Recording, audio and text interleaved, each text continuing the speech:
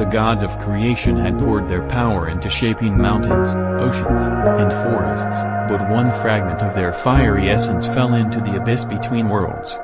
There, in the void of shadows and flame, something stirred, a creature that was not entirely of the gods, nor entirely of the earth. That creature was the first dragon. Born of lightning, fire, and chaos, the first dragon did not belong to the world of mortals. Its scales shimmered like molten gold, its wings stretched wider than storm clouds, and its roar shattered mountains. Where it flew, rivers changed course, forests burned, and stars trembled in their places. Yet for all its might, it was alone, a godless child, without purpose.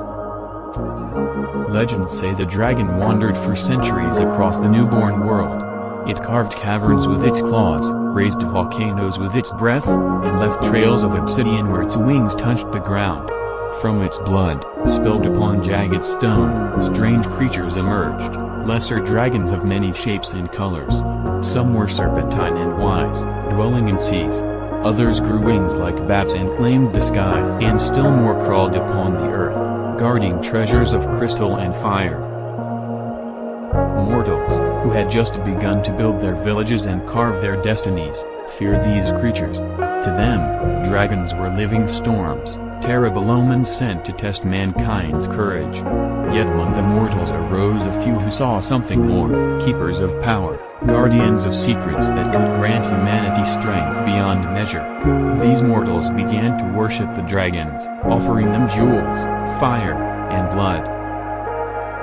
But worship could not tame the first dragon. It remained wild, untouchable, and unyielding.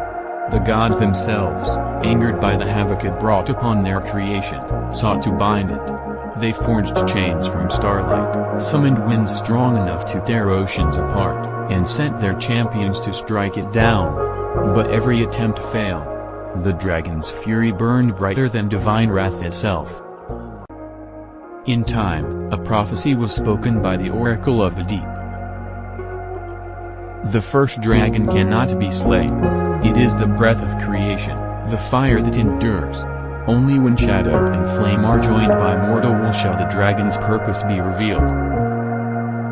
This prophecy marked the beginning of an age of struggle. Mortals sought to understand the dragon, gods sought to control it, and lesser dragons spread across the world like wildfire. Empires rose and fell upon their scales. And at the heart of it all, the first dragon waited, for the mortal who would dare claim its destiny. The prophecy of the first dragon spread like wildfire across the lands. Kingdoms rose, scholars debated, and warriors sharpened their blades, each dreaming they might be the one to fulfill the oracle's words. Yet the dragon remained untamed, watching from its volcanic throne where mountains met the clouds. Centuries passed, and mortals began to craft